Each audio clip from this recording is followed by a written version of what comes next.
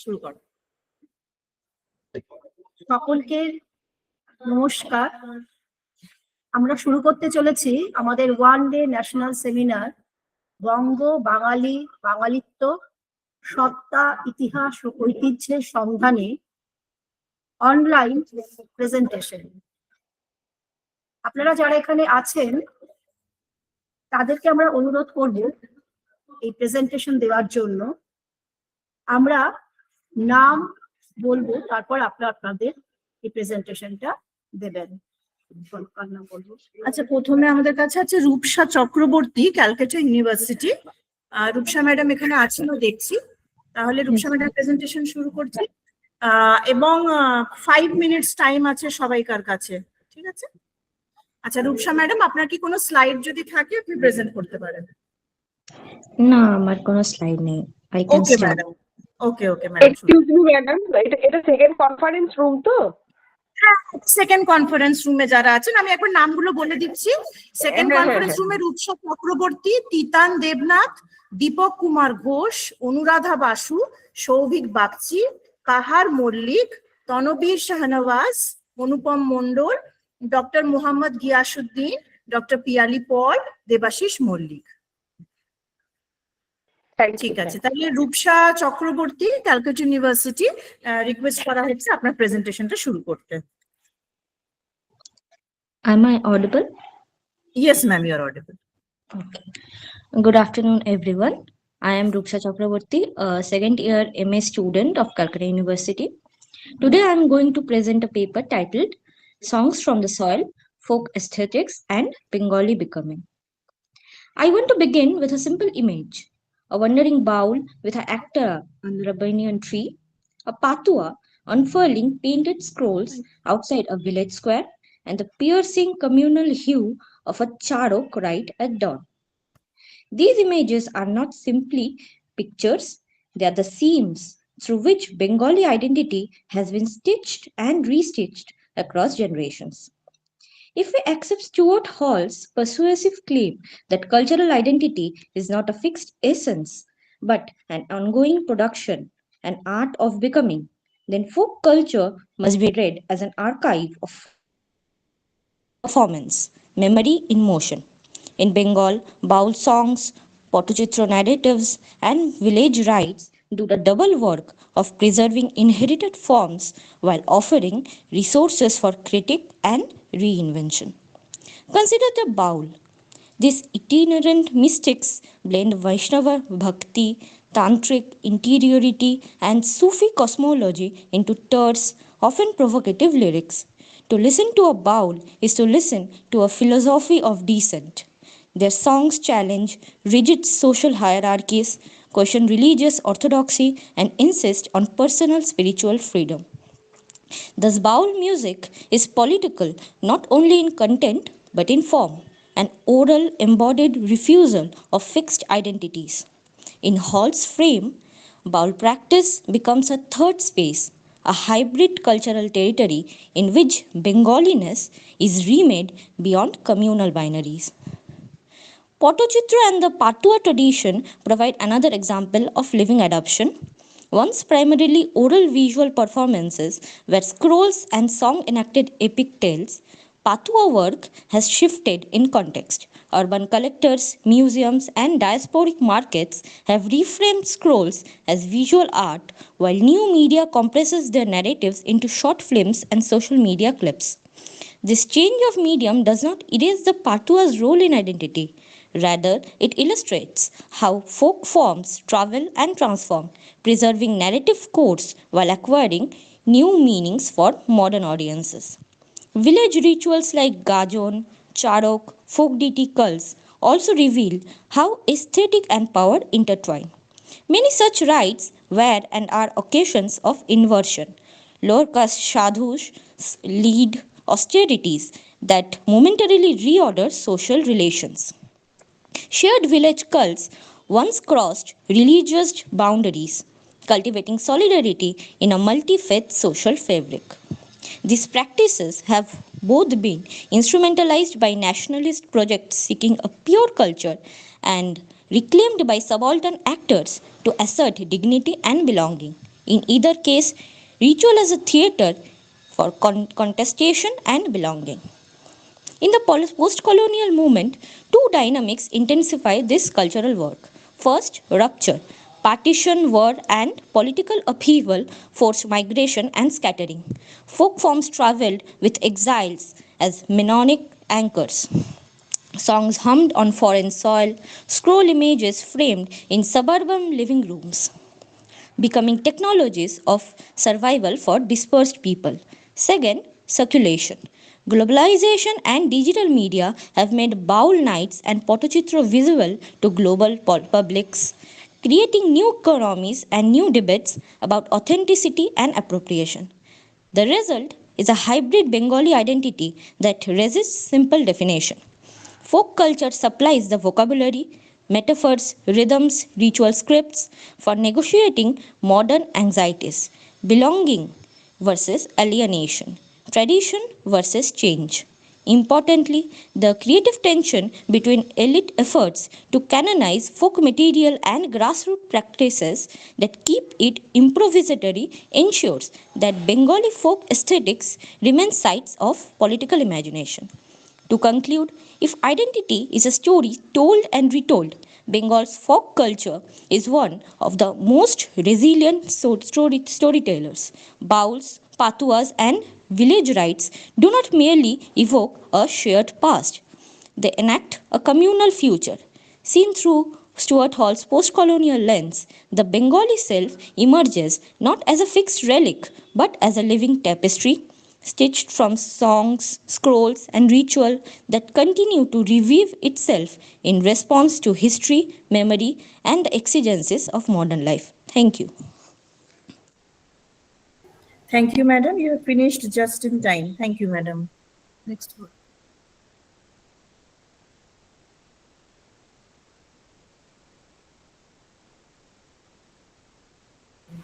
Next presentation is for Titan Devnath, research scholar, YBM University.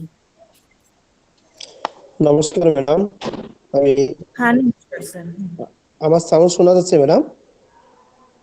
হ্যাঁ হ্যাঁ sir, শোনা যাচ্ছে শোনা যাচ্ছে। সবাইকে নমস্কার, আমি একজন গবেষক ওয়াইবিএন ইউনিভার্সিটি, আমি ত্রিপুরা থেকে বলছি। আমার প্রেজেন্টেশনের বিষয় হচ্ছে বঙ্গভঙ্গ ও বাঙালি। উপস্থিত সবাইকে আমার সশ্রদ্ধ প্রণাম জানাচ্ছি।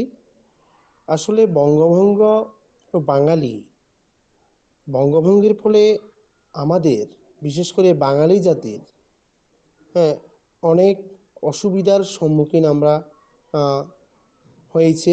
এই জাতির বঙ্গভঙ্গ যেই হয়েছে, সে বঙ্গভঙ্গের ফলে অনেক ধরনের অসুবিধা সেখানে বাঙালি জাতিরা ভোগ করতে হয়েছে। এই বঙ্গভঙ্গ যদি না হতো, হয়তো আমরা এই একত্রিত বাঙালি জাতি আরও আমরা নিজেদেরকে তুলে ধরতে পারতাম এবং বিশ্ব দরবারে বাঙালি জাতির আরও উন্নতি হতে পারত। আজকে বঙ্গভঙ্গের ফলে বাঙালি জাতির অনেক অসুবিধার সম্মুখীন হয়েছে। বাঙালি জাতির নিজস্ব পৈতৃক ভিটা মাটি তারা ছেড়ে আমাদের উদ্বাস্তু হিসাবে বিভিন্ন জায়গায় তারা আশ্রয় নিয়েছে। এই বঙ্গভঙ্গের ফলে বাঙালি জাতির সাংস্কৃতিক, অর্থনৈতিক এবং শিক্ষাগত অনেক অসুবিধার সম্মুখীন হয়েছে। আজকের দিনে দাঁড়িয়েও এই বঙ্গভঙ্গ ফলে বাঙালি জাতির অনেক অসুবিধার সম্মুখীন হচ্ছেন। বর্তমান সময়ে আমরা লক্ষ্য করতে পারছি এই বিভিন্ন ক্ষেত্রে, বিশেষ করে আমাদের হিন্দু সম্প্রদায়ের যারা এই বঙ্গভঙ্গের ফলে উদ্বাস্তু হিসাবে ভারতবর্ষের বিভিন্ন পশ্চিমবঙ্গ, ত্রিপুরা বিভিন্ন জায়গায় আশ্রয় নিয়েছেন, তারা তাদের অনেক কিছু হারিয়েছেন। তারা হারিয়েছেন তাদের নিজস্ব পৈতৃক ভিটেমাটি, তারা হারিয়েছেন তাদের নিজস্ব স্বজন, তারা হারিয়েছেন তাদের সংস্কৃতি, তারা হারিয়েছেন তাদের নিজস্ব কালচার। অনেক কিছুর পরিবর্তন তারা হয়েছেন এবং ক্ষতিগ্রস্ত হয়েছেন। আসলে বঙ্গভঙ্গ যখন 1905 সালে লর্ড কার্জন সেটাকে বঙ্গভঙ্গের ঘোষণা দিয়েছিলেন, এর পরবর্তী সময়ে আমাদের বিশ্বকবি রবীন্দ্রনাথ ঠাকুর বা আরো অন্যান্য অনেক লেখক লেখিকারা চেষ্টা করেছিলেন যে না, এই সবাই যাতে সৌভাতৃত্বের বন্ধনে আমরা আবদ্ধ হই, কিন্তু আমরা দেখলাম শেষ পর্যন্ত হয়তো আমরা সেটাকে হয়নি, সম্ভব হয়নি। বঙ্গভঙ্গ হয়েছে। আজকের দিনে দাঁড়িয়েও যারা এই বাংলাদেশ থেকে আমাদের বিভিন্ন জায়গায় এসেছেন, তারাও তাদের অনেক, হ্যাঁ, সেখানে তাদের অনেক কৃষ্টি সংস্কৃতি তারা হারিয়ে এসেছেন, তাদের পরিবার অনেক রয়ে গেছেন, এখনো অসংখ্য সমস্যার মধ্যে তাদেরকে পড়তে হচ্ছে। এই বঙ্গভঙ্গ বাঙালি জাতির নিজস্ব সংস্কৃতির, নিজস্ব ঐতিহ্য, অনেক ক্ষেত্রে ব্যাঘাত সৃষ্টি হয়েছে। এই বঙ্গভঙ্গের ফলে আমরা দেখেছি যে আমাদের সংস্কৃতিগত অনেক ধরনের সংস্কৃতি আমাদের হয়তোবা আমরা হারিয়ে ফেলেছি। অনেক ধরনের সংস্কৃতি হয়তো আমরা চেষ্টা করছি আমাদের সেটাকে রক্ষা করার জন্য। হ্যাঁ, পাশাপাশি আমাদের ভাষাগত দিক থেকে আমরা বলতে পারি যে আমাদের অনেক অসুবিধা সেখানে হয়েছে। কারণ অবিভক্ত বঙ্গদেশ যখন ছিল, সেখানে এই বঙ্গভঙ্গে বিভিন্ন জায়গায় বিভিন্ন জেলাগুলিতে তাদের নিজস্ব ভাষা, নিজস্ব সংস্কৃতি, নিজস্ব ঐতিহ্য, সেখানে তারা পরম্পরা বজায় রেখেছিলেন। যখন সেটা বঙ্গভঙ্গ হয়, বাঙালি জাতির সেটাও নিজস্বতা হারিয়ে গেছে অনেক ক্ষেত্রে। আজকে অনেক জায়গায় তাদের ভাষাগত সমস্যার সম্মুখীন হতে হচ্ছে। তাদের যে নিজস্ব ভাষা ছিল, হ্যাঁ, আঞ্চলিক ভাষা, সেই ভাষাগুলির উপর অনেক সেখানে সমস্যার সম্মুখীন হচ্ছে, বা বিভিন্ন ক্ষেত্রে সেই ভাষাগুলির ঐতিহ্য, হ্যাঁ, সেগুলা তারা বজায় রাখতে পারছে না। আমরা যদি সংস্কৃতির কথা বলি, আমাদের আমরা এই ভারতবর্ষ বিশাল দেশে, বঙ্গদেশ এমন একটা দেশ যেখানে আমাদের সংস্কৃতির ভরপুর ছিল। সেই সংস্কৃতি বাঙালি জাতির একটা গুরুত্বপূর্ণ অঙ্গ আমরা বলতে পারি। সেই সংস্কৃতি তারা সর্বক্ষেত্রে হয়তো বা সেই সংস্কৃতিটাকে ধরে রাখতে পারছে না। পাশাপাশি যে উদ্বাস্তুরা হয়ে বিভিন্ন জায়গায় আশ্রয় নিয়েছিলেন, সেই উদ্বাস্তুরা এখনো বর্তমান সময়ে দাঁড়িয়েও তাদের পরিবার, তাদের ছেলেমেয়েরা বিভিন্ন ক্ষেত্রে অসুবিধার সম্মুখীন হচ্ছে। আসলে বঙ্গভঙ্গ আমাদের বাঙালি জাতির কাছে একটা অভিশাপ বলতে পারি। এই বঙ্গভঙ্গের ফলে আমাদের অসংখ্য সমস্যার সম্মুখীন আমরা হয়েছি, এবং সেটা আমরা হয়তো আগামী দিনেও আমাদেরকে ফেস করতে হবে। বিশেষ করে আমাদের এই হিন্দুদের, হ্যাঁ, নিজস্ব নিজের ঘরে পরবাসী, হ্যাঁ, নিজের পৈতৃকভিটা যেখানে তারা সমস্ত কিছু হারিয়ে এসেছেন, হ্যাঁ, এখানে এসেও তারা অসংখ্য সমস্যার সম্মুখীন করতে হচ্ছে। তাই বঙ্গভঙ্গ বাঙালি, আমি মনে করি এই বাঙালি জাতির একটা গুরুত্বপূর্ণ। আচ্ছা, আপনার টাইমটা ওভার হয়ে গেছে, আর 1 মিনিট। ওকে, নমস্কার।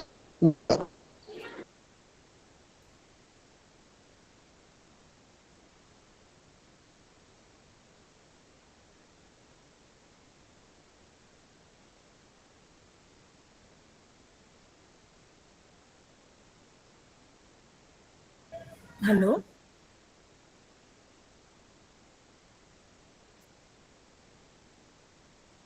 আমরা কি পরের জন্যতে যেতে পারি? বিকজ তিতান স্যারের লাস্টের দিকটা কিছু বোঝা গেল না, বোধহয় কিছু নেটওয়ার্ক প্রবলেম ছিল। হ্যাঁ ম্যাডাম, যে হ্যাঁ, আমার বক্তব্য শেষ হয়েছে।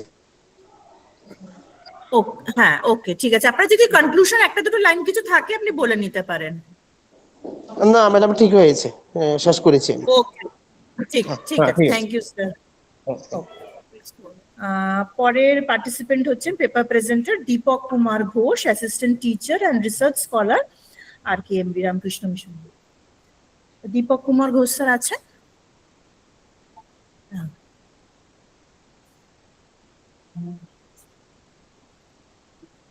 Hello, Dipak Kumar Ghosh sir. হ্যাঁ ম্যাম, দীপক ঘোষ। হ্যাঁ, বলছি এবার আপনার প্রেজেন্টেশন, দীপক কুমার ঘোষ স্যার। আচ্ছা, থ্যাংক ইউ ম্যাম। হ্যাঁ, একটু ভয়েসটা জোরে করুন, শোনা যাচ্ছে না। ম্যাম শোনা যাচ্ছে? এখন শোনা যাবে। ঠিক আছে ম্যাম। ঠিক আছে, 5 মিনিটস টাইম। ওকে, হুম।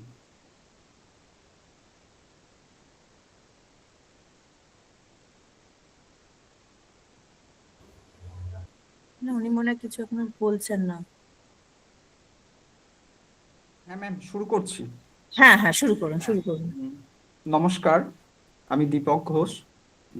উপস্থিত শ্রদ্ধেয় স্যার ম্যামদের আমার প্রণাম, এবং অন্যান্য আমার যে সমস্ত সহপাঠী বন্ধু বা বয়োজ্যেষ্ঠরা আছেন তাদের প্রতি সম্মান শ্রদ্ধা জানিয়ে আমি আমার পেপার প্রেজেন্ট করছি। আমি বিষয় রেখেছিলাম শিক্ষায় বিশ্বায়নের ছোঁয়া। আসলে বর্তমান সময়ে আমরা দেখতে পাচ্ছি যে আধুনিক শিক্ষা ব্যবস্থা একেবারে প্রযুক্তি নির্ভর হয়ে উঠেছে। শিক্ষা ব্যবস্থার প্রায় সর্বস্তরেই, অর্থাৎ আমরা যদি দেখি স্কুল, কলেজ, বিশ্ববিদ্যালয়, সেখানে আমরা দেখছি শ্রেণীকক্ষে দেয়ালগুলো ক্রমশ কাঁচের মতো স্বচ্ছ হয়ে উঠছে। সেখানে ব্ল্যাকবোর্ডের পরিবর্তে সেখানে এসেছে ডিজিটাল বোর্ড। চকখড়ির পরিবর্তে শিক্ষকরা হাতে তুলে নিয়েছেন ডিজিটাল পেন। বিশ্বায়নের এই যে নানা উপাদান, এই নানা উপাদানের আতিশয্যে আস্তে আস্তে হারিয়ে যাচ্ছে আমাদের প্রাচীন সেই গুরুকুল সংস্কৃতি। আজকের শিক্ষা ব্যবস্থা দক্ষতা কেন্দ্রিক, সেখানে বৈশ্বিক প্রতিযোগিতার সঙ্গে তাল মেলাতেই আমরা ব্যস্ত। বিজ্ঞান, প্রযুক্তি, প্রকৌশল, ব্যবসা, এই সমস্ত কিছুর আধুনিক পাঠ্যক্রমে আমাদের তরুণদের আন্তর্জাতিক মানের কর্মক্ষম করে তুলছে। এ বিষয়ে সন্দেহই নেই যে তারা নতুনভাবে, নতুন রকমভাবে তারা জানছে, শিখছে। কিন্তু বেশ কিছুদিন পূর্বে ইউনেস্কোর একটা গবেষণা, সেখানে তারা দেখাচ্ছেন মাতৃভাষা বা আমরা যে স্থানীয়, যেটাকে আমাদের নিজেদের ভাষা বলি, মাটির ভাষা, সেই ভাষাতে শিক্ষা ছাড়া প্রকৃত অর্থে একটা শিক্ষার্থীর সৃজনশীলতার যে দিক, তার নিজের আত্মপরিচয়ের যে বিকাশ, সেটা অসম্পূর্ণ থেকে যায়। আমাদের দেশেও মাতৃভাষা ভিত্তিক যে শিক্ষা নীতিগতভাবে স্বীকৃত হলেও দেখা যাচ্ছে মাধ্যমিক বা উচ্চ শিক্ষায় ইংরেজি নির্ভরতা ক্রমশই বেড়ে চলেছে। ফলাফল হিসাবে আমরা দেখতে পাচ্ছি শিক্ষার্থীরা তারা শিকড়হীন হয়ে পড়ার, অর্থাৎ আমরা যদি দেখি যে তাদের নিজস্ব যে সংস্কৃতি বা নিজস্ব যে ভাষা, সেখান থেকে কিছুটা হলেও বিচ্ছিন্নতা, মানে বিচ্ছিন্ন হয়ে পড়ছে তারা। আসলে সংস্কৃতি তো সবসময় আমাদের অতীতকে জানতে, নিজেদের ইতিহাসকে, নিজেদের ঐতিহ্যকে বুঝতে সাহায্য করে। সুতরাং একটা বৃহত্তর সম্প্রদায়ের অংশ হিসাবে আমাদের যে নিজেদের পরিচয়, সেই পরিচয় কিন্তু সংস্কৃতির মধ্যেই আমরা খুঁজে পাই। এই যে দ্রুত পরিবর্তনশীল এই পৃথিবী, বিশ্বায়নের পৃথিবী, যেখানে পুরনো ঐতিহ্য, জীবনের একটি নির্দিষ্ট অর্থ, উদ্দেশ্য খুঁজে পেতে এই সংস্কৃতি আমাদের সাহায্য করে। একটা ভূখণ্ডে বসবাসকারী মানুষ তখনই একটা জাতিতে, একটা নেশনে পরিণত হয় যখন তাদের চিন্তা, যখন তাদের অনুভূতি, তাদের স্মৃতি, তাদের মূল্যবোধ, সমস্ত কিছুর মধ্যে একটা সমন্বয় থাকে। একটা জাতির আত্মপরিচয় হচ্ছে তার নিজস্ব সংস্কৃতি। আমরা আমাদের রাষ্ট্রের মানচিত্র বদলাতে পারি, আমাদের রাজনৈতিক ক্ষমতা বদলাতে পারি, আমাদের ইতিহাসকেও হয়তো, যারা বিজয়ী পক্ষ তারা ইতিহাসকেও বদলে দিতে পারেন। কিন্তু এই যে সংস্কৃতির যে অঙ্গ, ভাষা, গান, গল্প, আমাদের নিজস্ব কাস্টমস, রীতিনীতি, সেই যে ধারাবাহিকতা, সেটা যদি ঠিক না থাকে তাহলে জাতিসত্তা, যে কোনো জাতিসত্তায় এই পৃথিবী থেকে হয়তো চিরতরে মুছে যেতে পারে।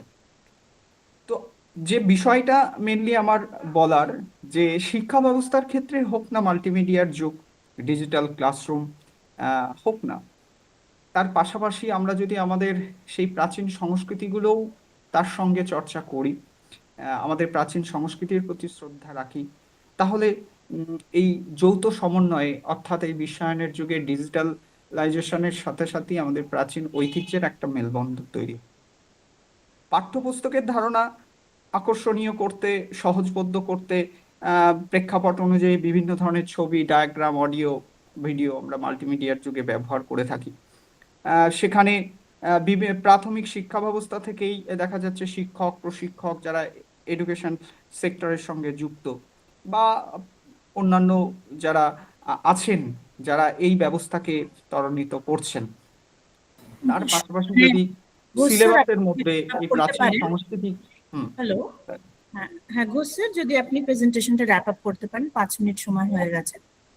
ঠিক আছে ম্যাম। মেন শেষ কথা বলার এটাই যে আমরা আমাদের সেই শিকড়কে যাতে না ভুলি, যতই আমরা বিশ্বায়নের সঙ্গে তাল মিলিয়ে এগিয়ে চলি, সেই শিকড়ের ঐতিহ্য সংস্কৃতিকে সঙ্গে নিয়েই আমাদের এগোতে হবে। Thank you. Thank you, Deepak sir. Next participant, Anuradha Basu, research scholar, University of Delhi. Anuradha Basu ma'am. হ্যাঁ ম্যাম, আমি উপস্থিত আছি। ওকে ওকে ম্যাম, আপনি প্রেজেন্টেশন বা আপনার বক্তব্য শুরু করতে পারেন। আমি এখান থেকে টাইমারটা শুরু করছি। সবাইকে আরেকবার বলে দিচ্ছি 5 minutes time. Thank you. Ma'am, প্রথমেই আমি বলে নিই, আমি এটা 10 মিনিটের জন্য তৈরি করেছিলাম। 5 মিনিট হয়ে গেলেই আপনি আমাকে বলবেন, আমি যতটা হয় হবে, তারপরে আমি কনক্লুশনটা বলবো। ওকে, ঠিক আছে? ঠিক আছে। সকলকে শুভ দ্বীপ্রহর। আমার বক্তব্যের শিরোনাম চন্দ্রনাথ বসু ও বঙ্গভঙ্গ, একটি পর্যালোচনা। 19বিংশ শতাব্দীর শেষ পাদে বাংলা সাহিত্যের অন্যতম শ্রেষ্ঠ স্থান অধিকার করে থাকলেও চন্দ্রনাথ বসু আজ বিস্তৃতপ্রায় বা নামে মাত্র পরিচিত। বঙ্গভঙ্গ সম্বন্ধে সমাজের প্রায় সর্বস্তরের মানুষের কম বেশি ধারণা থাকলেও চন্দ্রনাথ বসু সম্পর্কে সারস্বত সমাজ ব্যতীত সংখ্যাগরিষ্ঠ মানুষই যে তাঁর নামটুকু সম্বন্ধেও অবগত নন, একথা অবশ্যই জোরের সাথে বলা যায়। অন্যদিকে শিক্ষিত সমাজের অনেকেই তাকে বিশেষিত করেছেন গোঁড়া, রক্ষণশীল বা কট্টরপন্থী ইত্যাদি বিশেষণে। আধুনিক প্রেক্ষাপটে তথাকথিত সমালোচকদের নজরে চন্দ্রনাথ পরিচিত রক্ষণশীল হিন্দুত্বের ধ্বজাধারী হিসেবে, অথচ একদিকে তিনি যেমন হিন্দুত্ব শব্দটির প্রবর্তক, তেমনি জাতীয়তাবাদী আন্দোলনের অন্যতম হোতা। আবার বঙ্গভঙ্গ আন্দোলনের সপক্ষে ইংরেজ শাসনের বিরুদ্ধে কলম ধরতেও দ্বিধাবোধ করেননি তিনি, অথচ জাতীয়তাবাদের আলোচনায় তিনি ব্রাত্য।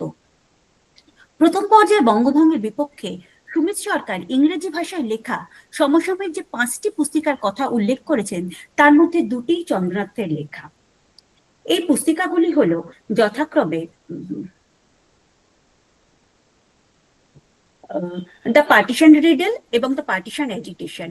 অন্যান্য পুস্তিকাগুলি ছিল যথাক্রমে an open letter to Lord Curzon, the case against the breakup of Bengal এবং অল অ্যাবাউট পার্টিশন। এখানে উল্লেখ করা প্রয়োজন যে বাংলায় লিখিত প্রবন্ধটি চন্দ্রনাথ বসু ইংরেজিতে অনুবাদ করে ছাপান। নাম হয় the partition riddle, based on the Bangabasi news paper. তৎকালীন সময়ে পুস্তিকাটি যথেষ্ট প্রশংসিত হয়। উক্ত পুস্তিকার বক্তব্যকে বিশদে ব্যাখ্যা করার উদ্দেশ্যে লিখিত হয় মাত্র 7 পৃষ্ঠার দ্য পার্টিশন এজিটেশন। লেখকের নামের পরিবর্তে লেখা হয় explained by the writer of the partition riddle. আমাদের আলোচ্য বাংলায় লিখিত পার্টিশন প্রহেলিকা। 18 পৃষ্ঠার বিন্যস্ত পার্টিশন প্রহেলিকাকে উপসংহার ব্যতীত 3টি ভাগে আলোচনা করেছেন লেখক। পার্টিশন হয় নাই কি, পার্টিশনের প্রয়োজনীয়তা, পার্টিশনের ধনবৃদ্ধি। পার্টিশন শব্দটিতে প্রবল আপত্তি ছিল বঙ্গভঙ্গের হোতা লর্ড কার্জনের। ঢাকায় তাঁর বক্তৃতায় তিনি বলেছিলেন, the subject however that is chiefly filling your minds is evidently that of the so-called partition of Bengal, although that is not exactly the phrase that I should employ. বঙ্গ বিভাগ সম্বন্ধে ইংরেজ সরকারের যুক্তি ছিল যে বঙ্গে কেবল একপ্রস্থ কর্মচারীর বদলে দুপ্রস্থ কর্মচারীর ব্যবস্থা করা হয়েছে, সুতরাং পার্টিশন শব্দটি ব্যবহার করলে লোককে ভুল বোঝানো হয়। এই প্রসঙ্গে তাদের যুক্তি ছিল যে পোল্যান্ডকে 3 ভাগ করে প্রতিটি ভাগকে 3টি ভিন্ন রাজ্যের সঙ্গে যেমন যুক্ত করে দেওয়া হয়েছিল, বঙ্গে তেমন কিছুই হয়নি বলে একে কোনোভাবেই পার্টিশন বলা যেতে পারে না। চন্দ্রনাথের যুক্তি ছিল বর্ধিত একান্নবর্তী পরিবারের অধ্যক্ষতায় অসমর্থ হলে সংসার ও সম্পত্তির ভাগ করা হয়। ইহাকে চলিত কথাতেও পার্টিশন বলে, আইন আদালতের ভাষাতেও পার্টিশন বলে। বঙ্গেও অনুরূপ হয়েছে। সীমানা নির্দিষ্ট করে তাকে দুভাগে ভাগ করে ভিন্ন ভাগে স্বতন্ত্র কর্তা বা ছোট লাট, স্বতন্ত্র কর্মচারী, স্বতন্ত্র তহবিল করা হয়েছে। সরকারের কাছে লেখকের জিজ্ঞাস্য, তবে বঙ্গের সম্বন্ধে যাহা করা হইল তাহাকে বঙ্গের পার্টিশন বলিব না কেন? বলিলে দোষী বা হইবে কেন? ভুল কথাই বা বলা হইবে কেন? রাজপুরুষেরা অনুগ্রহ করিয়া এই প্রশ্নের উত্তর দিবেন কি? আর বঙ্গ সম্বন্ধে তাহারা যাহা করিলেন তাহাকে পার্টিশন বলিতে তাহারা কি জন্য এত অনিচ্ছুক, তাহাও বলিয়া বাধিত করিবেন কি? পার্টিশনের প্রয়োজনীয়তা নিয়ে সরকারের কিছু যুক্তি ছিল। লোকসংখ্যার আধিক্য, বঙ্গরাজ্যের বিস্তার বড় বেশি বলে সুচারুরূপে শাসন কার্যে অসুবিধা, সুশাসনের জন্য প্রজার সঙ্গে ঘনিষ্ঠতা স্থাপন, সমৃদ্ধি বৃদ্ধি। চন্দ্রনাথ যুক্তি দেখিয়েছেন লোকাধিকে কাজ বাড়ে সরকারি কয়েকটি বিভাগের মাত্র, প্রধানত ডাক ও পুলিশ বিভাগের। এছাড়া লোকাধিক্যে মামলা মোকদ্দমা বৃদ্ধি পাওয়ার দরুন আদালতের কাজও বৃদ্ধি পায়। ছাত্র সংখ্যা বাড়ে বলে স্কুল বৃদ্ধি বশত শিক্ষা বিভাগের কাজও বাড়ে, কিন্তু এর জন্য পার্টিশনের প্রয়োজন হয় না। যোগ্যতম এবং অতিরিক্ত সেক্রেটারি নিযুক্ত করলে এই সমস্যার সমাধান হতে পারে। লোকাধিক্যের যুক্তিকে নস্যাৎ করে লেখকের মন্তব্য, আমাদের ঘোর সন্দেহ বঙ্গের লোকসংখ্যার আধিক্যের জন্য উহার পার্টিশন করা হয় নাই। পূর্বের আইন সুবিচার এবং সুবিবেচনামূলক শাসন প্রণালী ছাড়িয়া দিয়া অটোক্রেটিক প্রণালীতে শাসন করিবার অভিপ্রায় উহার পার্টিশন করা হইল। বঙ্গ বিস্তারের যুক্তিকেও চন্দ্রনাথ লোকসংখ্যার মতো অর্থহীন মনে করেছেন। ইংরেজ শাসন প্রণালীতে প্রতিটি জেলায় যেন সম্পন্ন বা অনন্য সাপেক্ষ, তাই তাদের কাছে লেখকের জিজ্ঞাস্য, ইংরাজের শাসনযন্ত্রের গঠনের গুণে দূরত্ব নিকটত্বের প্রভেদ যখন নাই বলিলেই হয়, তখন এই পার্টিশন ব্যাপারে তিনি দূরত্ব নিকটত্বের কথা কহিলেন কেন? অনুগ্রহ করিয়া বুঝাইয়া দিবেন কি? প্রসঙ্গত লর্ড কার্জন তাঁর পার্টিশন প্রস্তাবের সমর্থনে ঢাকা কলেজের তৎকালীন দুরাবস্থার জন্য রাজধানী কলকাতা থেকে ঢাকার দূরত্বকে দায়ী করেছিলেন। চন্দ্রনাথ কার্জনের এই আরোপকে ভ্রমাত্মক প্রতিপন্ন করে পরোক্ষে তাঁকেই এই অবস্থার জন্য দায়ী করেছেন। কার্জন ঢাকা কলেজের শোচনীয় অবস্থার কথা শুনিয়েছিলেন। চন্দ্রনাথ কলকাতা থেকে মাত্র 12 ক্রোশ দূরে অবস্থিত হুগলি কলেজ, কৃষ্ণনগর কলেজ এবং খোদ রাজধানী স্থিত প্রেসিডেন্সি কলেজেরও সমান শোচনীয় অবস্থার কথাও বললেন, এবং এর জন্য দায়ী করলেন লর্ড মেয়র সময়কার শিক্ষানীতির পরিবর্তনকে, অর্থাৎ উচ্চশিক্ষা খাতে ব্যয় হ্রাস করাকে। ঘটনাটা ভারত। হ্যালো অনুরাধা ম্যাম, হ্যাঁ ম্যাম। শেষ হয়ে গেল। হ্যাঁ হ্যাঁ হ্যাঁ, আমি কনক্লুশনটা বলতে পারি কি? হ্যাঁ অবশ্যই। সাহিত্যসেবী চন্দ্রনাথ বসু দীর্ঘ সময় সরকারের অনুবাদকের কাজে নিযুক্ত ছিলেন। শারীরিকভাবে তিনি বঙ্গভঙ্গের বিরুদ্ধে মিটিং মিছিলে যোগদান করেনি, এ কথা অনস্বীকার্য। ষাটোর্ধ্ব লেখকের পক্ষে তা সম্ভবও ছিল না। ব্রিটিশ সরকারের বিরুদ্ধে তাঁর প্রতিবাদের অস্ত্র ছিল তাঁর কলম। তাই ভারত সভার অন্যতম প্রতিষ্ঠাতা সদস্য চন্দ্রনাথ বসু বঙ্গভঙ্গের বিরুদ্ধে প্রতিবাদ জানিয়েছেন তাঁর লেখনীর মধ্য দিয়ে। নমস্কার। Thank you Anuradha ma'am.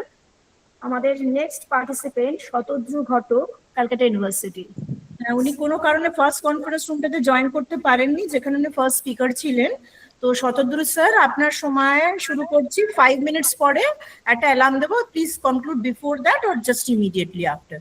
Okay, ma'am, surely. Okay okay. Okay, first of all, thank you so much for considering, and good afternoon to everyone present here. And thank you so much again for this beautiful opportunity to present my paper. So today my topic is Reconfiguring the Self, the Bengal Renaissance and the Evolving Idea of Bengali Identity in the Modern Age. The identification of Bengali was never a static inheritance. It is continuously negotiated and shaped by history, culture, and existential search for self-definition. My paper today examines the evolving contours of Bengali identity as it emerges at the crossroads of tradition, language, and modernity, by looking its development from the Bengal Renaissance through the nationalized movements and the profound ruptures of the partition. This paper reveals how the nationalized movements and the profound ruptures and Bengali sense of self has been forged in dialogue with cultural legacies and global modernity. So, today I want to focus on the Bengal Renaissance and how it shaped our Bengali identity. As we all know, Bengali identity is a complex and evolving concept shaped by centuries of history, culture, and politics. From the Bengal Renaissance to the struggles of nationalism and the partition, each era has redefined how Bengalis see themselves. Language, literature, and art have been powerful forces in expressing this shared yet diverse identity. Blending tradition with modern influences, being Bengali is not fixed but a continuous process of reinterpretation and change. At the same time, the Bengali experience reflects broader questions of post-colonial identity, hybridity, and cultural negotiation. The coexistence of regional pride and global modernity has made Bengali identity both unique and universal. So I want to give an introduction of what really is Bengal Renaissance. The Bengal Renaissance played a pivotal role in shaping this evolving identity, marking a period of intense cultural and intellectual transformation during the 19th century. It was a moment when colonial encounters sparked new reflections on modernity, education, religion, and social reform. Thinkers like, I would really like to mention Raja Ram Mohan Roy, Ishwar Chandra Vidyasagar, and Rabindranath Tagore reimagined the meaning of progress and selfhood, blending indigenous values with Western ideals. This dialogue between the colonized and the colonizer gave rise to a distinctly hybrid consciousness, neither entirely traditional nor wholly Western. And if I want, it would be really important to talk about the historical background and key thinkers of the Bengal Renaissance. The Bengal Renaissance began in the late 18th and 19th centuries during British colonial rule when Bengal became a center of education, administration, and cultural change. Western education and ideas introduced by the British inspired a new class of educational reformers known as the Bhadralok, as we today also now we use the term very much Bhadralok, who sought to balance tradition with modernity. Among them, Raja Ram Mohan Roy stood out as a pioneer of social and religious reform. He opposed practices like Shotidaho, child marriage, promoted women's education, and founded the Brahmo Samaj to encourage rational and ethical spirituality. Ishwar Chandra Vidyasagar continued this reformist spirit, advocating for widow remarriage and expanding educational opportunities for women. In the literary sphere also there was a change, there was a continuous revolution. Michael Madhusudan Datta introduced Western styles into Bengali poetry, while Bankim Chandra Chattopadhyay used fiction to stir nationalist feelings, most notably through Vande Mataram. It is the one movement reached its creative and philosophical height with Rabindranath Tagore, whose works blended universal humanism with Bengali cultural identity through his writings and educational experiments at Shantiniketan. And the impact of the Bengal Renaissance was so profound. The Bengal Renaissance had a profound and lasting impact on the social, cultural, and intellectual fabric of Bengal, as well as on the broader Indian subcontinent. It reshaped traditional beliefs, introduced modern education, and inspired a new sense of moral and national consciousness. Socially, the movement challenged deep-rooted customs such as sati, caste discrimination, and the denial of women rights. Culturally, the Renaissance revitalized the Bengali literature, art, and music, making them powerful tools of self-expression and identity. Writers like Bankim Chandra Chattopadhyay and Michael Madhusudan Datta gave Bengali literature a modern voice, blending classical tradition with new form and ideas. This literary evolution not only reflected a growing cultural pride, but also became a vehicle for emerging nationalist feelings. Rabindranath Tagore's contributions were especially significant. His poetry, songs, and essays promoted universalism, creativity, and freedom of thought. Professor Shatodru, you may please conclude your session now. Yeah, thank you so much. I want to say that to them, the liberation, the independence doesn't only mean the independence from British rulers. The independence means the independence from the stereotypical thoughts in which we bound ourselves. We need to free from those stereotypical thoughts. Then we will only really can call ourselves as a true independent citizen, as the Bengal Renaissance was more than a period of reform. And okay, so I would like to conclude here. It remains a lasting reminder that true progress comes from dialogue between the past and the present, between local roots and global ideas. Thank you so much. Yes, indeed so, Shatodru Professor. Thank you very much. We would move forward to our next participant and paper presenter, Shobik Bagchi, Associate Professor, Ishwar Chandra Vidyasagar College. Shobik Bagchi, sir.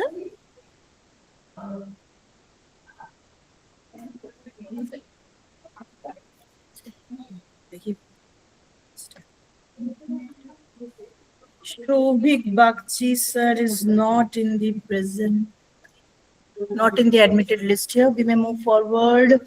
Kahar Mollik, Research Scholar, University of Bardhaman. হ্যাঁ madam, আমার কথা শোনা যাচ্ছে? হ্যাঁ হ্যাঁ Mallick sir, sir আপনি আপনার presentation start করুন। 5 minutes টাইম ফর অল। আমি টাইমারটা স্টার্ট করছি। আচ্ছা, কাহার মল্লিক স্যার। হ্যাঁ হ্যাঁ ম্যাডাম, শুভ দুপুর এবং সবাইকে যথাযোগ্য সম্মান প্রদর্শন করেই জানিয়ে আমি আমার গবেষণা উপস্থাপন শুরু করছি। আমার যে গবেষণাপত্র তার আমি শিরোনাম দিয়েছি ধানকেউটে ও যুদ্ধ গল্পে সাপ, ইঁদুর ও ব্যাঙ, বাংলার বেদে চাষীদের জীবিকা সংকট। এই ধানকেউটে যুদ্ধ গল্প দুটি আসলে শ্যামল গঙ্গোপাধ্যায়ের লেখা। আমরা যদি শ্যামল গঙ্গোপাধ্যায়ের সাহিত্যের দিকে একবার নজর দিই তাহলে দেখতে পাবো তার সাহিত্যের প্রতিটি লেখার মধ্যেই বিশেষ করে আমি বলবো গ্রাম বাংলার কৃষক, চাষি, দরিদ্র ভাগ চাষীদের কথা ঘুরে ফিরে বিভিন্নভাবে এসেছে। সেই সেই প্রসঙ্গে গ্রামীণ জীবনকে তিনি নিখুঁতভাবেই চিত্রিত করেছেন। ভাগ চাষি, কৃষক, ক্ষেতমজুর, বেদে, সাপুড়ে ও অন্যান্য দরিদ্র মানুষের জীবন জীবিকার সংকট ও তাদের জটিল সমস্যার কথা তিনি বারবার আমাদের বলেছেন, এবং সেই সমস্যা থেকে বের হওয়ার বা একটা সমাধানের পথও তিনি বাতলে দিয়েছেন। যাই হোক, এই মাঠঘাট, কৃষিকাজ, গোয়ালঘর, গরুর হাট, ইঁদুর গর্তে ধান সংগ্রহ এবং সেটাকে একটা জীবিকা হিসেবে গ্রহণ করা, সাপ ব্যাঙ শিকার করে জীবিকা নির্বাহ করা প্রভৃতি চিত্র কিন্তু এই সাংস্কৃতিক একটা চিত্র, আমি এটাকে বিশেষ করে বলবো মেঠো সংস্কৃতি চিত্র, কিন্তু তার আমরা বিশেষ করে ছোট গল্পে দেখতে পেয়েছি। তার গল্পে যেমন গরু, ছাগল, হাঁস, সাপ, ব্যাঙ, ইঁদুর থেকে শুরু করে আরশোলা, পিঁপড়ে, এমনকি গরুর গায়ে বা গবাদি পশুদের গায়ে যে এঁটুলি পোকা হয় তাদেরও কথা কিন্তু উঠে এসেছে। এসব ইতর প্রাণীদের সঙ্গে মানুষের যেমন একটা সম্পর্ক গড়ে উঠেছে, ঠিক তেমনই এদের উপর নির্ভর করে চাষি, গোবৈদ্য, সাপুড়ে, বেদে ও অন্যান্য দরিদ্র প্রান্তিক মানুষের জীবিকা চলেছে। তার বেশ কয়েকটি গল্পে এইসবের চিত্র আমরা দেখতে পেয়েছি, তবে আমি প্রসঙ্গক্রমে তার দুটো গল্প বেছে নিয়েছি, সেটা হচ্ছে ধান কেউটে ও যুদ্ধ। ধান কেউটে গল্পটিতে বিশেষ করে এক ভাগ চাষি ও এক সাপুড়ের জীবন সংগ্রাম ও জীবিকা সংকট দেখা দিয়েছে। ভাগ চাষি সনাতন সর্দার ও জৈনিক সাপুড়ের মধ্যে ইঁদুর গর্তের ধান সংগ্রহ ও সাপ ধরাকে কেন্দ্র করে একবার এক লড়াই বেঁধে গেছে। জমিদার অমৃতলাল দুজনের মধ্যে একটা আপাতত রফাই বলা যায়, রফা করে দিলেও কিন্তু এই রফার নিষ্পত্তি কিন্তু হয়নি, কারণ দরিদ্র চাষিদের সঙ্গে সাপুড়ের জীবিকার যে সাংঘর্ষিক রূপ সেখানে আমরা দেখতে পেয়েছি। মানে আমরা জানি যে একটা প্রবাদ আছে যে ইঁদুর গর্ত করে আর সাপ এসে দখল করে, ঠিক সেই রূপই যে গর্তে দরিদ্র চাষি সনাতন ধান সংগ্রহ করতে গেছে, সেই গর্তেই জৈনিক সাপুড়ে তার সাপ ধরতে গেছে। তার জন্য গল্পটিতে আমরা দেখতে পাচ্ছি যে একদিকে জীবিকার জন্য সংঘর্ষ, আবার একদিকে জীবিকার সংকটও দেখা যাচ্ছে। অর্থাৎ দিন দিন যত জমির পরিমাণ কমছে তত কিন্তু আমরা সাপের পরিমাণও কম দেখতে পাচ্ছি। যাই হোক, যুদ্ধ গল্পটি অন্যদিকে যদি আমি যুদ্ধ গল্পটির দিকে যাই বা বলতে চাই, তাহলে ওখানে দেখবো এক ভাগ চাষিরই কথা বলা হয়েছে, তার নাম হচ্ছে হাজরা নস্কর। তারও সংসারে অনটন, ছাপুষা এক আমরা বলবো বঙ্গ চাষি বলতে পারি, যদিও চাষিদের সীমানা আমি টানতে চাইছি না। তাই সে জীবিকা অর্জনে এক ভিন্ন পথ বেছে নিয়েছে, কারণ চাষ জমিতে তার সংসারের কুলোই না। তার জন্য সে তাছাড়া চাষ জমি করতে গিয়ে ভাগ চাষি হিসাবে তিনি চাষ করতে গিয়ে ধান দিলেও জমি মালিকের কাছে রসিদও পাচ্ছে না। সেই জন্য সেই অনিশ্চয়তা থেকে বা জীবিকার সংকট থেকে উত্তরণের জন্য অন্য জীবিকা, অন্য উপায়ে সেটা তিনি অর্জন করতে চেয়েছেন। সেটা কি? সেটা তিনি ব্যাঙ ধরে, গর্ত থেকে ব্যাঙ ধরে সেই ব্যাঙটাকে বিক্রি করে কিছুটা উপার্জন করতে চেয়েছে। কিন্তু দুর্ভাগ্য, চাষিদের জীবনে শুধু মালিকই যে এক অত্যাচারী ব্যক্তি এটা বলা যায় না, ঠিক তাদেরকে বিভিন্নভাবে বিভিন্ন পরিস্থিতিতে তাদেরকে অনেক কিছুর শিকার হতে হয়। যেমন আমরা জানি চাষে যেমন মাজরা পোকা লাগে, তেমনি চাষিরা আবার বিভিন্নভাবে মানে অত্যাচারিত হতেই থাকে, সেটা মানুষে হোক, মনুষ্যত প্রাণীর দ্বারা হয়। যাই হোক, ব্যাঙ ধরতে গিয়ে হাজরা নস্কর একটা বিপদেও পড়ে যায়। সেখানে কি দেখা যাচ্ছে যে ব্যাঙ ধরতে গিয়ে, রাতের অন্ধকারে ব্যাঙ ধরতে গিয়ে সে একটা সাপের কবলেও পড়ে যাচ্ছে। তাহলে দেখতে পাচ্ছি যে চাষিদের শুধু জীবিকায় সংঘর্ষ নয়, তারা শুধু মানুষের দ্বারাই নয়, তারা পোকা দ্বারা হোক, সাপ দ্বারা হোক, ইঁদুর দ্বারা হোক, বিভিন্নভাবে তারা ক্ষতিগ্রস্ত হচ্ছে। তাহলে আমরা হ্যাঁ ম্যাডাম। হ্যাঁ স্যার, আপনার টাইমটা শেষ হয়ে গেল, আপনি আচ্ছা কাইন্ডলি একটা কনক্লুশনটা টেনে দেন। হ্যাঁ, আমি একটা বাক্যে কনক্লুশন করে দিচ্ছি। আচ্ছা, তাহলে আমরা এটুকুই দেখতে পাচ্ছি যে ভাগ চাষি ও সাপুড়েদের জীবন সংগ্রাম, জীবিকা সংকট, তাদের দুর্ভোগ দুর্দশার বাস্তবায়ন ঘটছে এইসব তার শ্যামল গঙ্গোপাধ্যায়ের গল্পগুলিতে। ধন্যবাদ madam.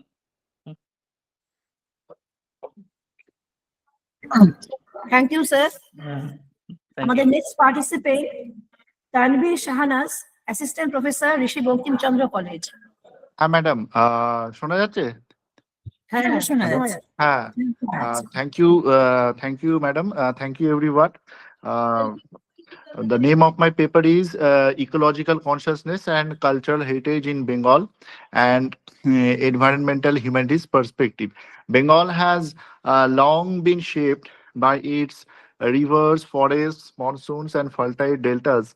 The Ganga Brahmaputra river system, the Sundarbans, mangrove forests, and the rhythm of seasonal rains have not merely formed the physical landscape of the region, but have also deeply influenced its cultural imagination, social practices, and ethical worldview. In Bengal, nature is not an external entity to be dominated or exploited. Rather, it is an intimate presence woven into everyday life, belief systems, and artistic expression. So this deeply embedded ecological consciousness makes Bengal a particularly significant place for inquiry within the framework of the environmental humanities. The environmental humanities offer an interdisciplinary lens that brings together literature, ecology, history, philosophy, and cultural studies to interrogate human and nature relationships. Moving beyond anthropocentric and extractivist models of development, science, technology, industry, this approach emphasizes relationality, ethical responsibility, and ecological justice. By examining the literary texts, folk traditions, educational practices, and real cultural experiences in West Bengal, this paper argues that Bengal's cultural heritage constitutes a rich ecological archive, one that offers valuable insights for addressing contemporary environmental crises. Through readings of various writers, Amitabh Ghosh, Rabindranath Thakur, Vibhuti Bandyopadhyay, and Bengal's folk traditions, this paper explores how ecological consciousness in Bengal emerges not as abstract theory but as lived practice, cultural memory, and moral imagination. The environmental humanities represent a critical shift from viewing environmental issues solely through scientific or technological perspectives. Instead, they emphasize the role of narratives, ethics, history, and cultural meaning in shaping environmental understanding. This interdisciplinary framework challenges dominant anthropocentric paradigms that prioritize human progress at the cost of ecological balance. So, within this framework, nature is understood not as passive background, but as an active agent, active participant in history and culture. Literature, art, and folklore are seen as sites where ecological values are preserved, contested, and transmitted across generations. The environmental humanities thus provide tools to examine how cultural practices reflect ecological awareness and how cultural memory can inform sustainable futures. Bengal's cultural traditions, rooted in coexistence, interdependence, and respect for nature, align closely with this perspective. Rather than positioning nature as a commodity, Bengali cultural imagination often envisions it as keen companion or moral force. This relational ecology becomes especially significant in the context of global environmental degradation and climate change. So, engaging with cultural heritage as an environmental strategy allows us to reclaim local knowledge, ethical values, and relational worldviews.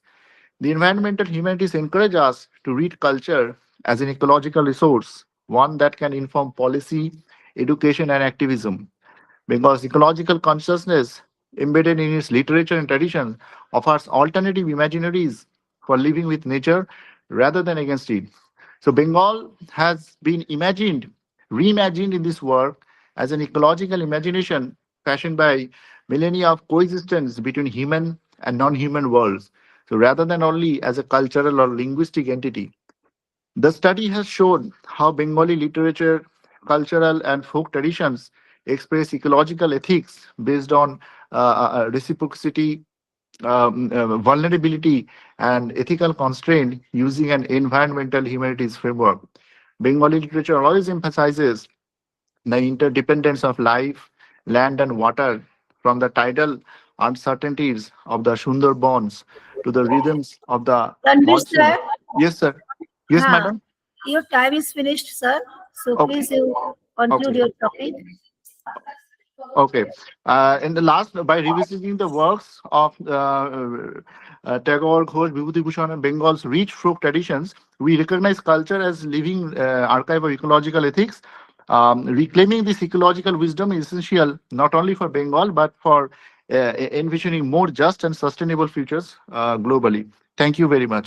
Thank you, madam. Thank you very much, Sharnavas sir. Okay, our next presenter is Anupam Mondol, research scholar from Ramakrishna Mission Vidya Mandir. Anupam sir, are you here? Shubho Dipura madam, শোনা যাচ্ছে হ্যাঁ। আমার কথা? হ্যাঁ হ্যাঁ শোনা যাচ্ছে sir. 5 minutes time, আমি টাইমারটা শুরু করছি। You may start your presentation. আমি শুরু করছি। উপস্থিত সবাইকে যথাযোগ্য স্থানে সম্মান জানাই। আমি অনুপম মণ্ডল, রামকৃষ্ণ মিশন বিদ্যা মন্দিরে আমি গবেষক একজন।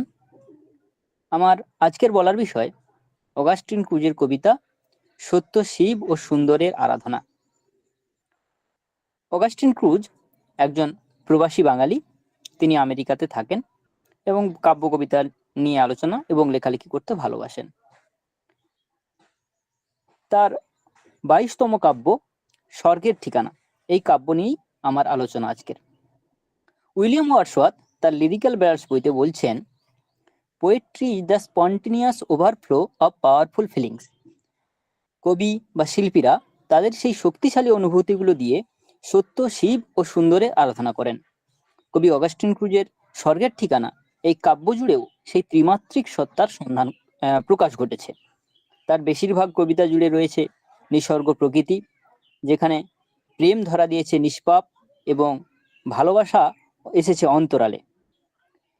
তার কবিতার আড়ালে ডুব দিয়ে কখনো তিনি ফিরে যান ছোটবেলার স্মৃতি বিজড়িত লাজুক গ্রাম, বাঁশবন, তালগাছের সারি, বনভোজন, খেয়াঘাট ও ছোট নদী ইছামতির পাড়ে, যেখানে বৈশাখ মাসে কোমর জল থাকে, আবার বর্ষায় ছোট নদী তুরাগ হয়ে ওঠে জলে টইটম্বুর। কবি মানস বন্ধন মানে না মানা এইরকম একটা কবিতাতে তিনি লিখছেন, গাঁয়ের বাড়ি আমার বনলতা জড়িয়ে, ছোট নদী তুরাগ নদী তীর ঘেঁষে বর্ষায় যেন দিব্যাস সাঁতারে ওস্তাদ, মনে পড়ে শকুনের দল দল বেঁধে মরা গরুতে পড়ছে লুটে, মায়ের আদরের ডাক মনে পড়ে বেশ। তার কবিতা পড়তে পড়তে পাঠকের মনে হতেই পারে কবি অমিয় চক্রবর্তীর ঘর কবিতার কথা, যেখানে অমিয় চক্রবর্তী বলছেন, বাড়ি ফিরছি, জারুলের বেড়া, কাঁকরের পথ থামবে দরজায়, আমার পৃথিবী এখানেই শেষ, সিঁড়ির কাছে চেনা কচি গলার আওয়াজ, গাছের আড়ালে বলকে স্থির দাঁড়িয়ে আলো নিয়ে। কিংবা নীরেন্দ্রনাথ চক্রবর্তীর আবহমান কবিতার কথা মনে পড়তে পারে, যেখানে কবি বলছেন, যা গিয়ে ওই উঠোনে তোর দাঁড়া, ওই লাউ মাচাটার পাশে, ছোট্ট একটা ফুল দুলছে ফুল সন্ধ্যার বাতাসে। অগাস্টিন ক্রুজের কবিতাও সেই একই কথা বলে। তার কবিতার কোনো কিছুই বাসি হয় না কিংবা ফুরিয়ে যায় না। অগাস্টিন ক্রুজের কবিতার একটা বিরাট অংশ আছে প্রকৃতি নিয়ে।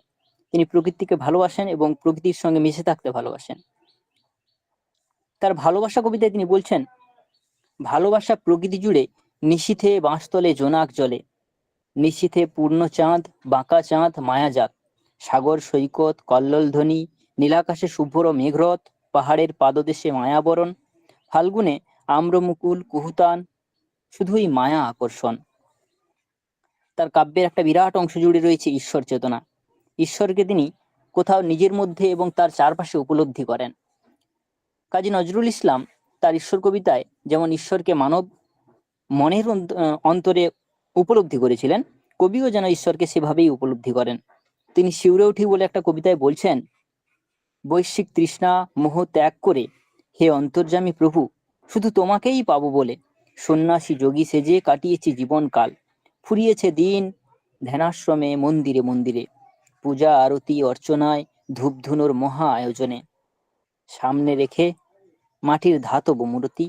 আশ্রম ছেড়ে পিছন ফিরে দেখি স্রষ্টা পিছনেই আছেন, সঙ্গ ধরে শিউরে উঠি। এইরকম তার বহু কবিতায় এসছে ঈশ্বর সম্বন্ধে তার নিজের ধ্যান ধারণা। তিনি প্রেমকে দেখেছেন পূজা রূপে, প্রেমকে জাতি এবং মানবের ঊর্ধ্বে উঠে সেখানটায় এক অসাম্প্রদায়িকতার এক মহান সৃষ্টি হিসেবে তুলে ধরেছেন। যেখানটায় একটা কবিতা তার এইরকম আছে, মানুষ বন্ধন মানে না মানা। সেখানটায় তিনি বলছেন, আশপাশ ঘিরে হিন্দু বসতি, ঘেরা বাড়ি আমার। আমি হিন্দু না হওয়ায় খ্রিস্টান হয়ে বুঝিনি কে খ্রিস্টান কে হিন্দু। গভীর সম্প্রীতি যোগে পারিবারিক বন্ধন ছিল অতুলনীয়। প্রতিমা নামের মেয়েটা বলেছিল, ভালোবাসি তোমায়, বাধা কি হিন্দু হওয়ায়? প্রতিমা আর আমার ভালোবাসা জানাজানি হলে প্রতিমার বাবা দ্রুত প্রতিমাকে বিয়ে দিয়েছিল অন্য কোথাও। বাসর রাত ছল করে প্রতিমা লুকিয়ে এসে বলল, আমি এসেছি, চলো তবে হারাই কোথাও। মানস বন্ধন মানে না মানা। যৌবন নিয়ে কবির অনেক ধ্যান ধারণা রয়েছে। তিনি বলছেন, যৌবন রাখতে হয় বড় সযতনে, কারণ যৌবনের কাহিনী মিলনান্তক বিয়োগান্তক। যৌবনের জয় পরাজয়ের কাহিনীর সূত্রপাতে গতির নিশানা, পাহাড়ি পথে চলার ইশারা। চিত্রকল্প তার কবিতায় বহুভাবে এসেছে, কখনো পূর্ণচাঁদ, নক্ষত্র, জোনাকদের। মন্ডল স্যার, আপনার ওই 5 মিনিট স্লটের টাইমটা শেষ হয়ে গেছে, কাইন্ডলি ড্র ইউর কনক্লুশন। হ্যাঁ ম্যাডাম, হ্যাঁ। তো অগাস্টিন ক্রুজ একজন প্রবাসী বাঙালি হয়েও তিনি তার স্মৃতি সত্তা এবং তার বঙ্গজ বিভিন্ন প্রাকৃতিক যে পরিবেশ সেগুলো তিনি ভোলেননি। সেগুলো তার কবিতায় তিনি বারবার তুলে ধরার চেষ্টা করেছেন এবং কোথাও যেন সেই গ্রামে ফিরে যেতে চেয়েছেন। নমস্কার। Thank you madam. ম্যাডাম আমার বলা শেষ হয়েছে। হ্যাঁ হ্যাঁ, thank you Anupam Mondal sir. আমাদের next paper presenter doctor Mohammad Giasuddin, assistant professor, Karimganj college. Doctor Giasuddin, joint লিস্টে দেখি না, নেক্সট চলে যাও। আচ্ছা, আমরা তাহলে next presenter doctor Piyali Paul, assistant professor, Sarojini Naidu college for women. Doctor Piyali পলকে প্রেজেন্ট করতে বলছি। হ্যাঁ, শোনা যাচ্ছে আমার ভয়েস? হ্যাঁ হ্যাঁ ম্যাডাম, শোনা যাচ্ছে, শোনা যাচ্ছে। আচ্ছা, আমি একটু এক সেকেন্ড একটু ভূমিকা করে নিই, তারপর আমার টাইমটা স্টার্ট করুন। জাস্ট একটু দুটো কথা বলবো। আপনি বললে আমি টাইমটা স্টার্ট করবো, নো ইস্যু, নো ইস্যু। ও আচ্ছা। বঙ্গ বাঙালি বাঙালিত্ব সত্তা ইতিহাস ও ঐতিহ্যের সন্ধানে, এই শিরোনামে মৃণালিনী দত্ত মহাবিদ্যাপীঠ যে সেমিনারের জাতীয় স্তরের যে সেমিনারের আয়োজন করেছে, সেই জন্য সকল উদ্যোক্তাদের অসংখ্য ধন্যবাদ। আমি আজকে এই সেমিনারে 5 মিনিট সময় ধরে আমার যেইটুকু প্রেজেন্টেশন আমি চেষ্টা করব তার মধ্যে উপস্থাপন করার। প্লিজ এখন যদি টাইমটা স্টার্ট করেন, আমার অসুবিধা নেই। Okay ma'am. বলবো? ইয়েস ম্যাম, শুরু করুন। ও আচ্ছা, আমার বলার বিষয় বিশ্বায়ন 21 শতক, বাংলা চলচ্চিত্র বাঙালি। বিশ্বায়ন 20 শতকের শেষ দশক থেকে এই শব্দটি আমাদের সমাজ জীবনে দ্রুত প্রবেশ করতে থাকে। এই শব্দের অভ্যন্তরে রয়েছে এমন এক অর্থনৈতিক প্রক্রিয়া যার মূল সুর উদারীকরণ, বেসরকারীকরণ। বিশ্বায়ন এমন একটি প্রক্রিয়া যার মাধ্যমে বিশ্বের বিভিন্ন দেশ ও অঞ্চলের অর্থনীতি, সংস্কৃতি, সমাজ এবং রাজনীতি একে অপরের সঙ্গে আরো বেশি সংযুক্ত, নির্ভরশীল হয়ে ওঠে। এটি বিশ্বজুড়ে দেশগুলোর মধ্যে বাণিজ্য, বিনিয়োগ, তথ্য এবং সংস্কৃতির আদান প্রদানকে সহজ করে তোলে, যার ফলে পৃথিবী একটি একক বৈশ্বিক সমাজে পরিণত হয়। বিশ্বায়নের ফলে বাজার অর্থনীতি ও প্রযুক্তি নির্ভর জ্ঞান ভান্ডার যে মুক্ত বিশ্বের দরজা খুলে দিল, তার যথার্থ প্রয়োগ দেখতে পাই 21 শতকেই। 21 শতকের প্রথম থেকেই আমরা পরিবর্তিত মূল্যবোধের নানান দৃষ্টান্ত দেখতে পাই। বাংলা চলচ্চিত্র এই সমাজ বদলে স্পষ্ট চিহ্ন ধারণ করেছে।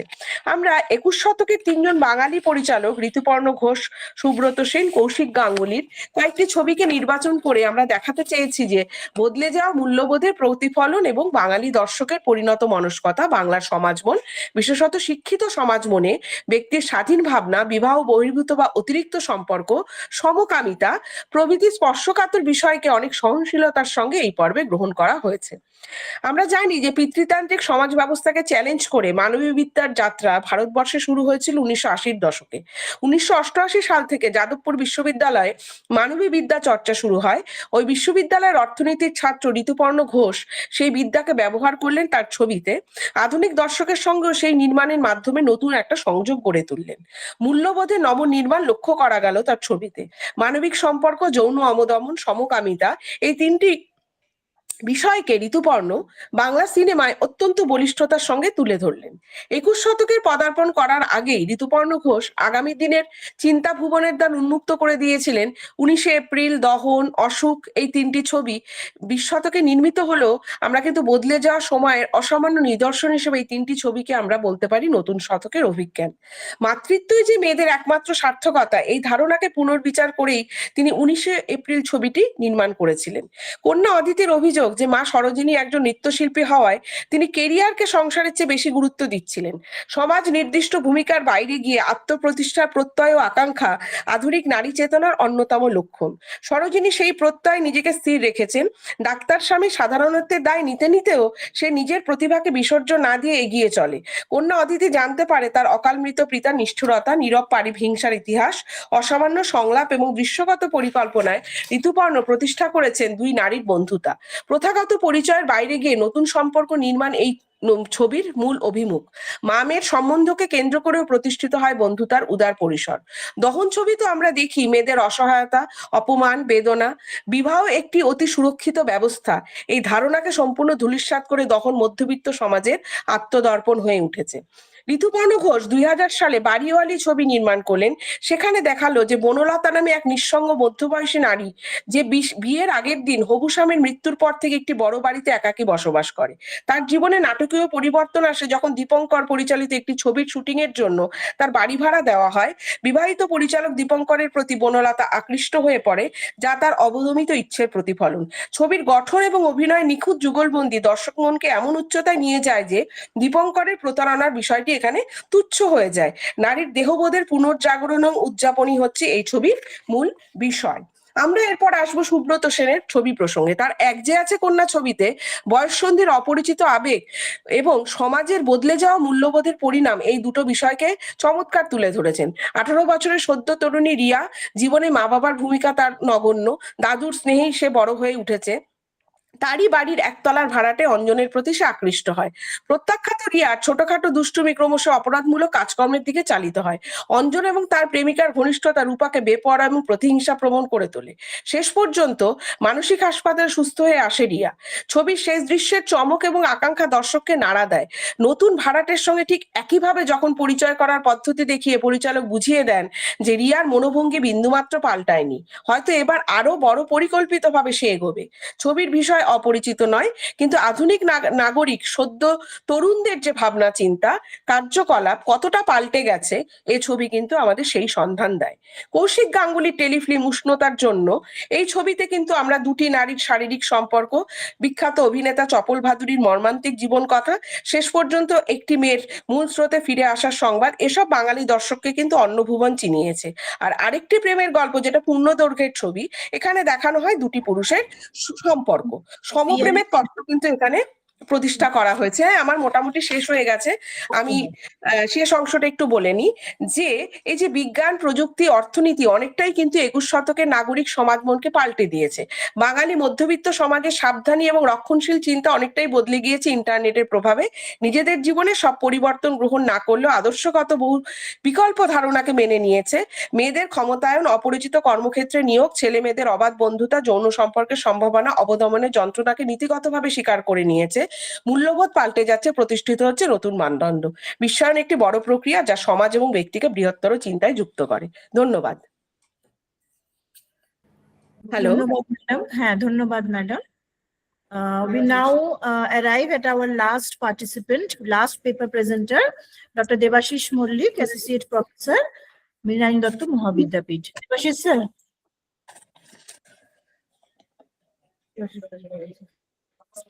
Debashish sir.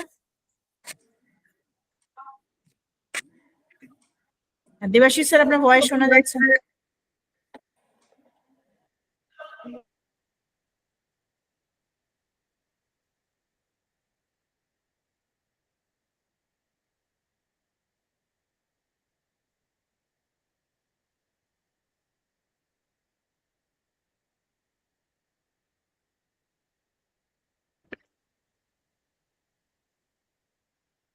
Debashis sir,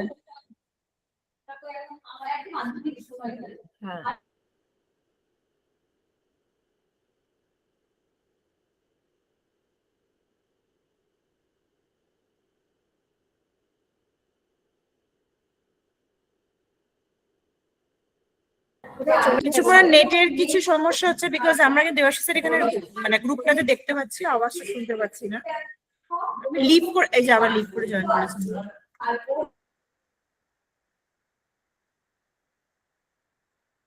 hello. হ্যাঁ শোনা যাচ্ছে, ইকো হচ্ছে কিন্তু। আচ্ছা, অ্যাকচুয়ালি আমার ল্যাপটপ থেকে গন্ডগোল করছে। আমি এবার শুনতে পাচ্ছেন? হ্যাঁ হ্যাঁ এবার ঠিক আছে, এবার ঠিক আছে, আমি মোবাইল থেকে জয়েন করলাম, সরি ম্যাডাম। ঠিক আছে। এবার ল্যাপটপে কোনো গন্ডগোল করছে। হ্যাঁ, থ্যাংক ইউ ম্যাডাম। আমি তাহলে শুরু করছি, একটু টেকনিক্যাল অসুবিধার জন্য ক্ষমা চেয়ে নিচ্ছি। আজকে আমার বক্তব্যের বিষয় রেখেছি এখানে knowledge, science and selfhood, science education in the making of Bengali identity during the Bengal renaissance. Bengal renaissance বলতে গেলেই শুরু করতে হবে আমাদের মিড অফ 18th সেঞ্চুরি, যেখানে আমরা দেখতে পাবো 1757-এ পলাশির যুদ্ধ এবং তৎপর বক্সার যুদ্ধ। বক্সার যুদ্ধের পরবর্তী সময় থেকে আমরা যদি খেয়াল করি যে আমাদের দেশে যে ইংরেজ সরকার প্রথম যে পদক্ষেপ করে 1773 সালে যে সেন্ট্রালাইজ অ্যাডমিনিস্ট্রেশনের জন্য রেগুলেশন অ্যাক্ট শুরু করেন, এবং পরবর্তী ক্ষেত্রে দেখি 1774 সালে তাদের সুপ্রিম কোর্ট অফ বেঙ্গল স্থাপিত হয়। এবং এর মধ্য দিয়ে আমাদের প্রথম যে নিদর্শন ছিল, শিক্ষা ব্যবস্থার প্রতি ইংরেজ আমাদের অতটা সহানুভূতিশীল ছিলেন না, যতটা সহানুভূতিশীল ছিলেন ভারতীয় তৎকালীন প্রচলিত শিক্ষা ব্যবস্থার প্রতি তাদের আগ্রহ ছিল, যেটাকে মাথায় রেখেই প্রথম তৎকালীন ইংরেজ সরকারের আর্থিক অনুদানে প্রথম প্রতিষ্ঠিত হয় ক্যালকাটা মাদ্রাসা। আমরা প্রত্যেকেই জানি 1780 সালে, যেখানের শিক্ষার মূলত বিষয়বস্তু ছিল ইন্ডিয়ান ল, বিশেষ করে ইসলামিক ল, আরবিক, পার্সিয়ান এই ধরনের ল্যাঙ্গুয়েজের প্রতি জোর দিয়েছিল। তাদের উদ্দেশ্য ছিল দেশীয় লোকগুলোকে তাদের ধর্মীয় বিষয়ে পারদর্শী করা, এবং তারাও যাতে ইংরেজরা এই ধর্ম সম্বন্ধে, এখানকার কালচার সম্বন্ধে জানতে পারে। উদ্দেশ্য ছিল তাদের শাসন ব্যবস্থায় হিন্দু ধর্মের যারা পণ্ডিত এবং মুসলিম ধর্মের যারা মৌলবী তাদেরকে সঙ্গে নিয়ে শাসন ব্যবস্থা পরিচালনা করা। কারণ যে কোনো মুহূর্তে তারা সদা শঙ্কিত থাকতো যে যদি ভারতীয় নাগরিক একযোগে আমাদেরকে আক্রমণ করে যে কোনো মুহূর্তে আমাদের পিছু হটতে পারে। এজন্য তারা কখনো ইন্ডিয়ান কালচারের প্রতি প্রাথমিকভাবে ধ্যান দিয়েছিল, কখনো কোনো আধুনিক শিক্ষাকে প্যাট্রোনাইজ করতে চায়নি।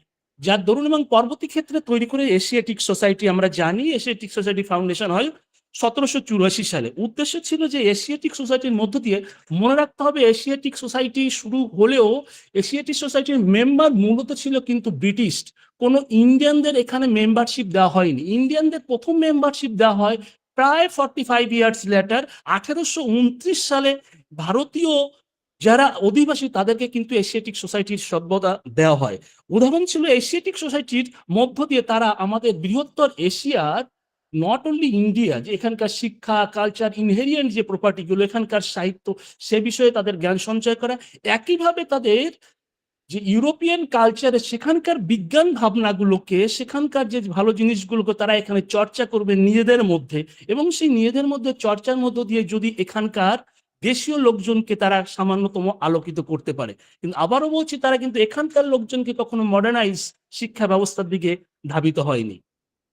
নেক্সট, এবং এই সূত্র ধরেই আমরা দেখতে পাই প্রথম যে আমাদের একটা মুসলমান সমাজের জন্য যে শিক্ষা ব্যবস্থা প্রচলন করলো, একইভাবে তাদের মাথায় এলো তাহলে তো আমাদের হিন্দু এখানকার নাগরিক জন্য কি করব।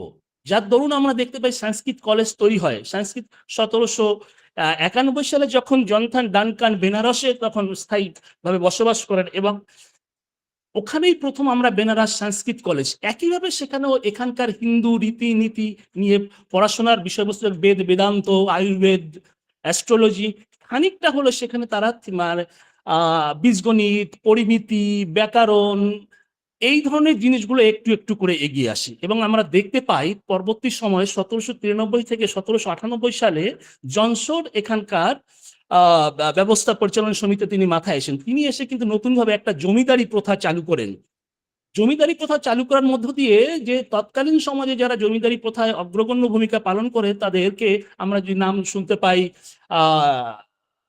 আমরা যদি দেখি যে কেশবচন্দ্র সেনের দাদু, আমরা রামকমল সেনের নাম শুনতে পারি, আমরা মতিলাল শীলের নাম শুনতে পারি, আমরা তৎকালীন সময়ের আরো যারা দ্বারকানাথ ঠাকুরের নাম শুনতে পারি।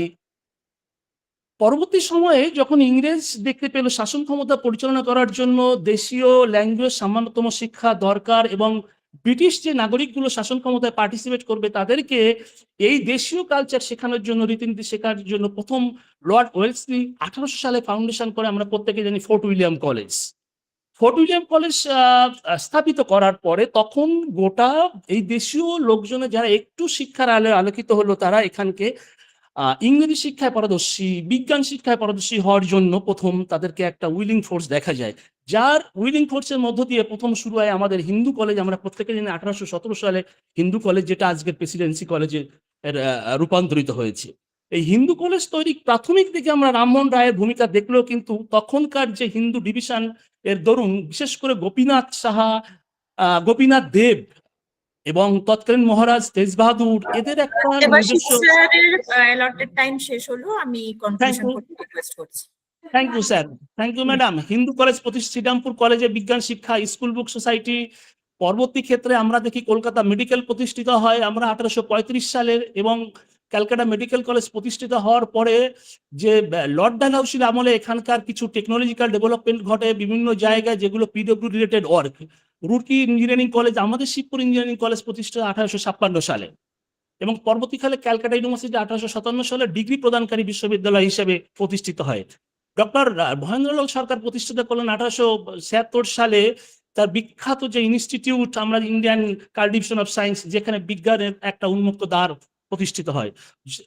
পরবর্তী সময় জগদীশ চন্দ্র বোস এবং স্যার প্রফুল্লচন্দ্র বিদেশ থেকে পড়াশোনা করেছে আমাদের প্রেসিডেন্সি কলেজের শিক্ষার মধ্য দিয়ে তিনি এই গ্রুপ অফ স্টুডেন্টস তৈরি করলেন। আশুতোষ ঘোষ ঠিক তৎকালীন সময়ে নতুন একটা দিগন্ত শুরু করে দিলেন আমাদের আজকের যেটা সায়েন্স কলেজ, আশুতোষ ঘোষের মস্তিষ্ক প্রসূত। এবং আমরা জানি বঙ্গভঙ্গের সময় বেঙ্গল টেকনিক্যাল ইনস্টিটিউট, যেটা তৈরি হয় মূলত আজকের যাদবপুর ইউনিভার্সিটি।